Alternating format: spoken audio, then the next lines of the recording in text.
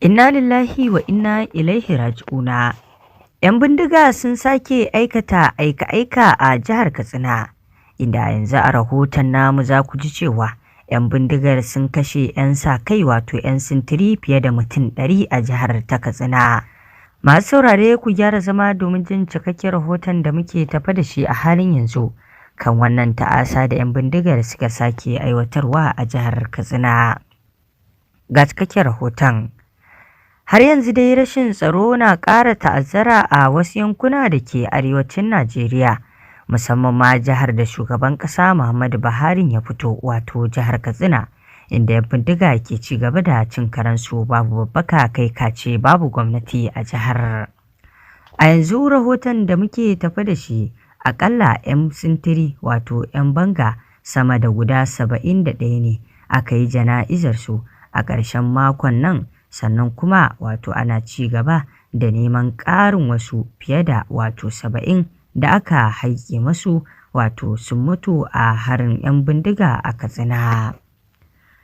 'Yan sintirin wato 'yan sa-kai sun rasa rayukansu ne a wani ɗauki ba daɗi tsakaninsu da 'yan bindiga a wato dajin 'yar goje da ke yankin ƙaramar hukumar Kankara a jihar ta Katsina.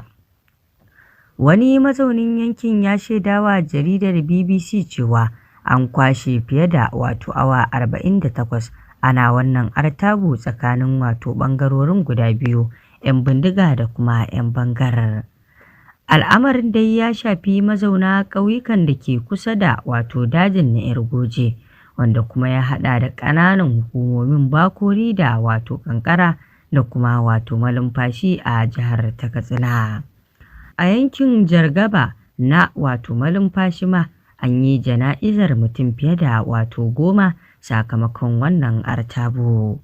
Yayin da abin dai ya faru yayin kwanton ɓauna da suka yi. 'Yan sintirin da aka kashe dai sun bi sahun wato wasu shanu da ɓarayin daji suka sace, inda 'yan bindigar suka yi musu kwanton ɓauna. Su ɓarayin na ɗauke da wato manyan bindigogi, amma 'yan bangar wato 'yan sintiri na ɗauke da wato bindigogin toka da kuma sauransu. Shi yasa suka samu nasara akan 'yan sintirin wato su 'yan bindigar. Sai dai al'ummar yankunan sun ce sun nemi ɗauki amma ba su ga kowa ba. Shi kuwa shugaban ƙasa Muhammadu Buhari ya yi Allah wadai a dangane da wannan abu da ya faru a jihar ta Katsina akan yadda aka yi kisan gilla ga waɗannan 'yan sa-kai. Shugaban ƙasa Muhammadu Buhari ya yi Allah wadai da harin da aka kai wa 'yan sa-kai a dajin 'yar goje cikin ƙaramar hukumar Jibiya a jihar ta Katsina. A wata sanarwa da mai magana da yawun shugaban ƙasa Muhammadu Buhari Malam Garba Shehu ya fitar, ya ce harin wanda 'yan bindiga suka kai ya yi sanadiyar mutuwar 'yan banga da dama. 'Yan bindigar sun yi wa wato 'yan bangar kwanton ɓauna kamar yadda muka ambata muku a dajin a lokacin da suke ƙoƙarin ƙwato wasu shanu da wato aka wato tafi da su. Shugaban ƙasa Muhammadu Buhari ya bayyana alhininsa kan rasuwar 'yan bangar tare da jajantawa iyalansu, yana mai cewa Najeriya ba za ta manta da sadaukarwa da suka yi wa wato ƙasarsu ba, tare da yaƙar miyagun laifuka da wato a ƙasar.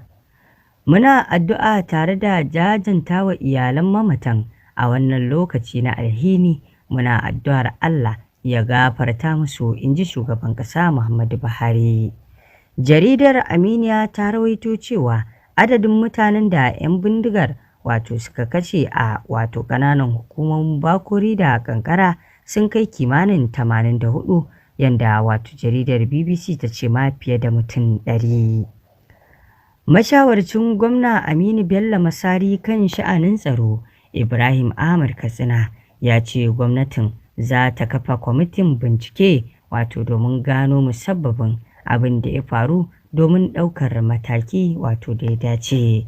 Jihar Katsina dai kamar yadda muka gaya muku wato jiha ce wadda a arewacin Najeriya wato take cikin ibtila'i na hare-haren 'yan bindiga. Dajin na 'yar goje ya zamo wato mafaka ga ɓarayin daji da ke barazana ga yankin da ake kira wato Katsina ta Kudu. Yankin Katsina ta Kudu dai ya haɗa da wato ƙananan hukumomin Bakori da kuma Malumfashi da kuma Kafur da kuma Kankara da Faskari da kuma Funtuwa. Wanda a halin yanzu idan ka ji an yi batun 'yan bindiga a arewacin Najeriya, to fa za ka kawo jihar Katsina, sannan ka sako Zamfara, sannan kuma ka sako Sokoto, ga Kebbi ga kuma Kaduna. Haka zalika ita ma Jos za ka sako ta domin irin abubuwan da ke faruwa ita ma a cikinta. Haka zalika za ka haɗa da Taraba. Waɗannan jihohi a yankin arewacin Najeriya jihohi ne waɗanda suke fama da hararen 'yan bindiga waɗanda suke cin karensu babu babbaka.